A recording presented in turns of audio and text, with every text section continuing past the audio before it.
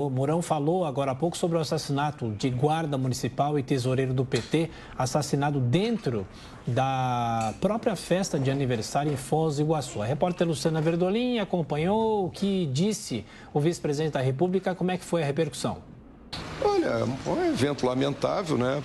Que ocorre todo final de semana em todas as cidades do Brasil, de gente que provavelmente bebe e aí extravasa as coisas, né? A gente... Todos, né, da área policial ali, né? Um era guarda municipal, o outro era agente penal, né? Então, eu vejo de uma forma lamentável isso aí. Não é preocupante, não quero fazer a exploração política disso aí. Isso aí, olha, vou repetir o que eu estou dizendo. E nós vamos fechar esse caixão, tá? Vou repetir o que eu estou falando. Para mim, é um evento desses lamentáveis que ocorre todo final de semana nas nossas cidades, de gente que briga, não é? E termina indo por o caminho de um matar o outro. Não vou elencar dessa forma. Não tenho elementos para elencar dessa forma. Bom, aí a fala do vice-presidente da República, Hamilton Mourão, agora agindo os nossos comentaristas. Começa por você, Amanda Klein, essa avaliação que ele fez, uma tentativa, claro, ainda com o pé atrás, para saber efetivamente o que aconteceu, se foi realmente um crime político ou não. Exatamente. Agora, toda a retórica bolsonarista está nesse sentido nas redes sociais, né? Primeiro, de tentar dissociar esse caso do bolsonarismo. O próprio ministro da Casa Civil, Ciro Nogueira, acabou de tuitar agora dizendo que crime é tentar vincular o que aconteceu ao bolsonarismo. Ele lamenta o crime em Foz do Iguaçu, mas diz que isso não pode ser associado ao bolsonarismo. Nessa mesma linha vai o vice-presidente da República, Hamilton Mourão. Agora, é impossível não fazer isso, porque todos os indícios até agora, obviamente que a investigação está no começo, mas todos os indícios apontam para um crime com motivação política. E como a gente sabe disso? Pelo boletim de ocorrência, pelos relatos das testemunhas que estavam presentes, inclusive do irmão do Marcelo Arruda, assassinado em Foz do Iguaçu, pela mulher do Marcelo Arruda, que garantem que a vítima e o assassino não se conheciam, que ele chegou gritando palavras de ordem contra o PT e a favor, com uma música alta no carro, a favor do presidente Jair Bolsonaro. Então, todos esses indícios presentes até agora, nessa fase ainda embrionária, preliminar da investigação, apontam que pode sim ter se tratado de um crime com violência política. Agora, é natural que o redor, né, do Bolsonaro, a campanha do Bolsonaro, queira descolar essa imagem de que o bolsonarismo é violento, mas é impossível descolar a imagem de violência do bolsonarismo, porque o bolsonarismo, ele é calcado, ele se alimenta, o adubo dele é justamente essa retórica, esse discurso violento e agressivo contra todos que dele discordam, contra todos que dele divergem. É só olhar ao longo da trajetória política do presidente Bolsonaro, as declarações sempre inflamadas, como deputado federal e depois como presidente da República, atacando mulheres, jornalistas, adversários políticos transformados em inimigos, atacando a democracia, atacando as instituições democráticas como o Supremo Tribunal Federal,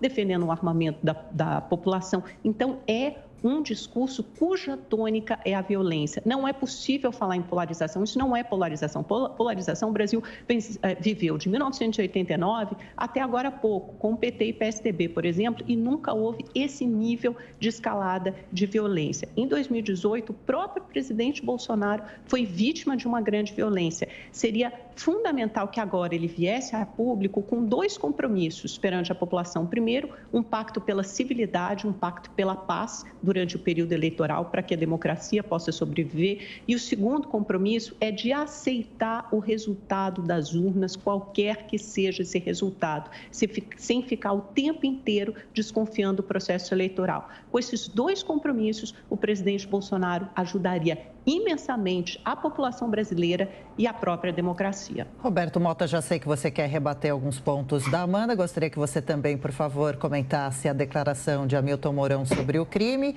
Ele minimiza a ocorrência, dizendo que é um fato muito comum, que não é preocupante, ou ele tem cautela na hora do julgamento? E, por fim, se você puder falar também, Mota, esse caso, ele levanta mais uma vez a discussão sobre armas. Claro que uma das partes do assassinato era a guarda municipal, o que entrou atirando agente penitenciário federal, então eles tinham armas. Será que o que entrou atirando sabia que o outro era guarda e teria uma arma para revidar e quase perder a vida? Ele segue internado. O Jorge José da Rocha Guarã é uma Marcelo Arruda, morreu. 2 minutos, Mota. Bom, primeiro vou começar pelo último ponto. Não, isso também não tem nada a ver com armamento. Eram 2 pessoas ligadas à segurança pública, tinham armas legais, tinham treinamento. Então, a questão do armamento não está aí. A declaração do Hamilton Mourão foi a declaração correta, sóbria, lembrando a necessidade de se analisar o que ocorreu e se recusando a entrar nessa histeria de dizer que aliás é uma acusação muito grave, dizer que o bolsonarismo está por trás desse crime.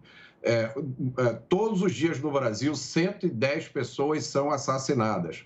Eu sugiro às pessoas que estão levantando essa hipótese que façam investigação sobre a filiação partidária de todos esses 110 assassinos. Elas não vão conseguir, e eu vou explicar por quê. Porque 92% desses assassinatos nunca são esclarecidos. Então, no Brasil, se mata todo dia, se mata muito por todo tipo de motivo. Como a maioria desses crimes não serve para lacração, não serve para exploração política, e foi isso que o vice-presidente Mourão disse, esses crimes não interessam a ninguém. Eu vou lembrar aqui a morte do Jorge Luiz Antunes, que foi aquele vigilante de um shopping center do Rio, que foi assassinado há 3 semanas, cuja morte já foi completamente esquecida, porque não servia para lacrar. Mas a vida do Jorge Luiz Antunes vale tanto quanto a vida de cada um de nós.